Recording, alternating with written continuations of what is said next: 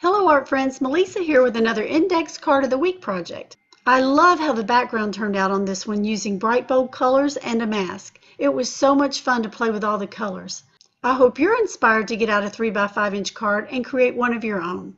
So let's get started. I started by trimming a piece of watercolor paper down to 3 inch by 5 inches, and then I misted it with some water. I was watching a movie at the same time, and as you'll see, I spent a lot of time just playing with the color. There was really no grand plan. And sometimes that really is the best way to get familiar with how different products work. And as I've mentioned before, a 3x5 card is a great place to practice new techniques.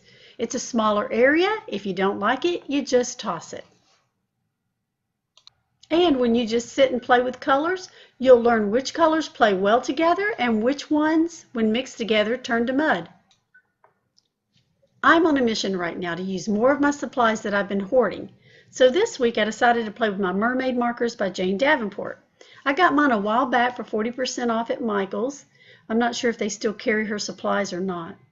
All I can say is, wow, the colors are so rich and bright. I'm going to have to do some research and see if there are more colors in this line. So for the next few minutes, I'm just going to play. I'll put down some color, spray it, move it around, and blot it up if it puddles or mixes with other colors and starts to look muddy.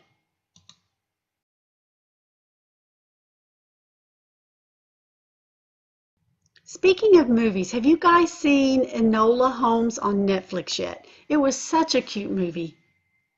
Great for young girls. The character is the younger sister of Sherlock Holmes, and she becomes a young detective herself when her mother goes missing.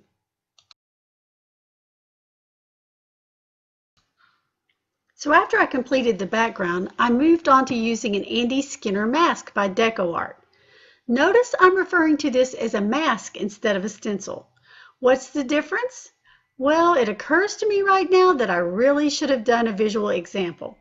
Maybe next week. I sat for several minutes trying to find the words to explain it and just couldn't come up with anything that made sense. And then I found a video by Julie Bowser. So I'll link you to it in the description box below this video. Well, this really is looking like a hot mess right now. But this is just the kind of colorful background that looks really cool coming from behind a mask. You'll see what I mean in just a minute. So I played around with this for a few more minutes, and this is what I finally settled with. So after it was completely dried and I kind of worked with it and flattened it out, it was time to add the mask. I can't remember where I got this mask, but on the back of it, it says Andy 101. So I think if you just Google for Andy Skinner, DecoArt, Andy 101, it should pop up. So right now I'm just sponging on some black acrylic paint. And then I pulled up a corner and looked underneath. Oh my gosh, my heart was so happy.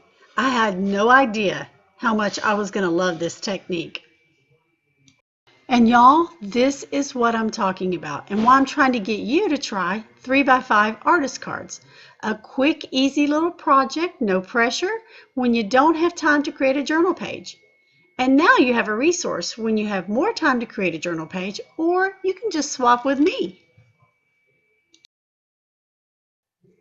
Okay, so who else out there loves the Snarky Small Talk journal strips by TIM HOLTZ?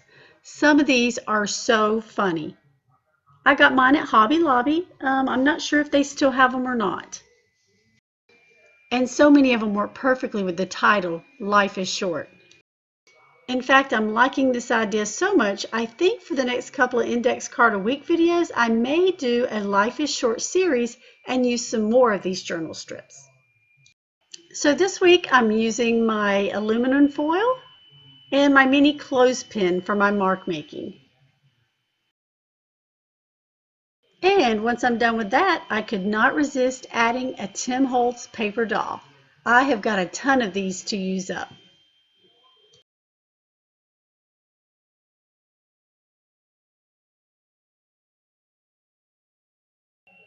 Ladies, it does the heart good to do some arting, no matter what size it is or how much time you spend on it. And that's going to wrap up today's project. Thanks for tuning in, and I'll see you next time.